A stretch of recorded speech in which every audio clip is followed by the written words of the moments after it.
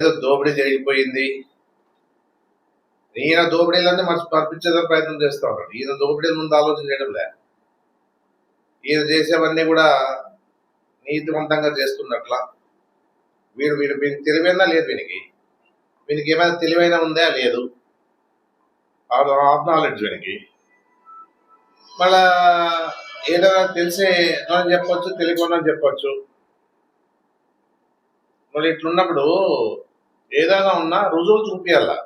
నీ పక్కన ఒక రైతు లేడు, నువ్వు మాట్లాడేటప్పుడు ఒక రైతు లేడు.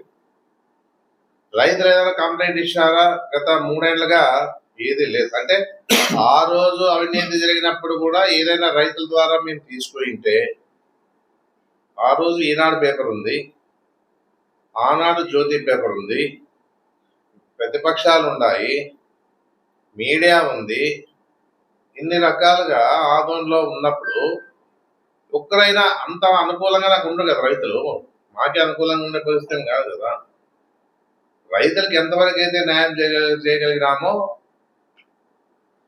ఆడున్న అంటే దాదాపుగా ఆడుండేది 4 లక్షలు 5 లక్షలు రేట్ ఉంటే దానికి కలెక్టర్ గారు వచ్చేసి ల్యాండ్ అక్వైర్ చేసేందుకు వచ్చినప్పుడు రైతులు వాళ్ళ మధ్యలో జరిగిన సంభాషణలోన మేము కూడా ఏం చెప్పినాం కలెక్టర్ గారు అంటే, పెంచండి సార్, రైతులు ఇబ్బంది పడతారు, పొలం పోయిందంటే వాళ్ళకి ఇంకా వేరే విధంగా ఉండదు, ఏదైనా పెంచితే వచ్చిన దాంతోనే వాళ్ళు ఏదైనా చేసుకోగలుగుతారని చెప్పేసి మాట వాస్తవే. కానీ ఈయన చెప్పే దాంట్లో అన్ని అవాస్తవాలు, ఒక్కరైనా వాస్తవం ఉందా అంటే ఏమి లేదు.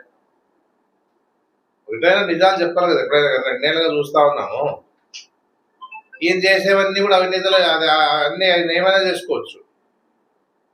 ఇప్పుడు మన 10 లక్షల రూపాయలు కూడా బయట వచ్చింది. ఆ 10 లక్షల నుంచి మాట్లాడమాట దమ్ము ఉండాలా. తీసుకున్నాక దమ్ము ఉంటేనే చేయాలి పనులు.